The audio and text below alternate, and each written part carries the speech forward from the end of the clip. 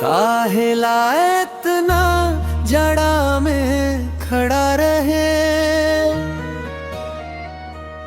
अखियां हमरा से तू लड़ा रहे।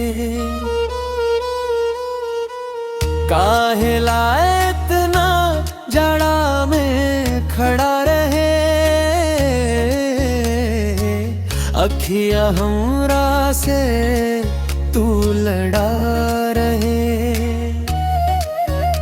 आगे रात भर तोरे फिक्र में जग ही, तोर प्यार के हम त दीवाना ही होगे। कि जाड़ा लागे ता लागे हम त तोरे दुआरा पर रहबो, तोर संगे जिंदगी बितावे के कसम खैली गे।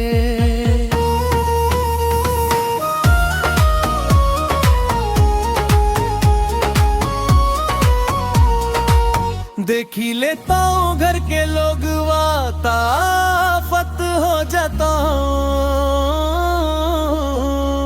तोर चक्कर में हम रो बेइज्जती हो जाता हूँ।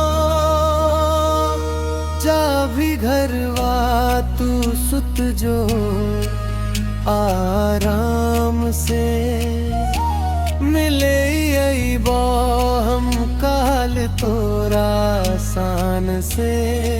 नागे जाड़ा के डर हमरा तनिक ना लागतो,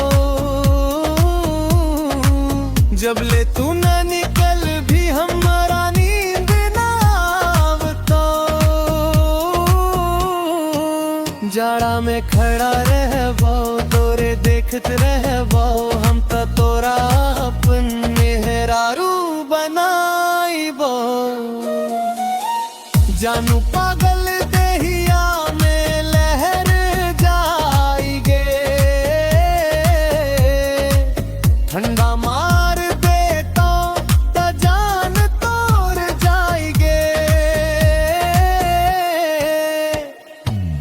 इतना काहेला तू जिद पर अड़ल है, कौने जन्म के तू बदला लेल है।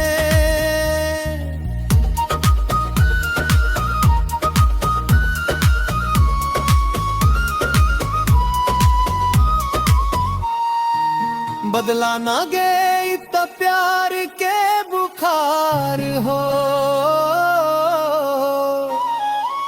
तोरा बिना ही आशीष बेकार हो। गोरे लाल लिख तो गाना, पप्पू म्यूजिक बनाई तो, तोरे नाम के सिंदूर हम चढ़बो।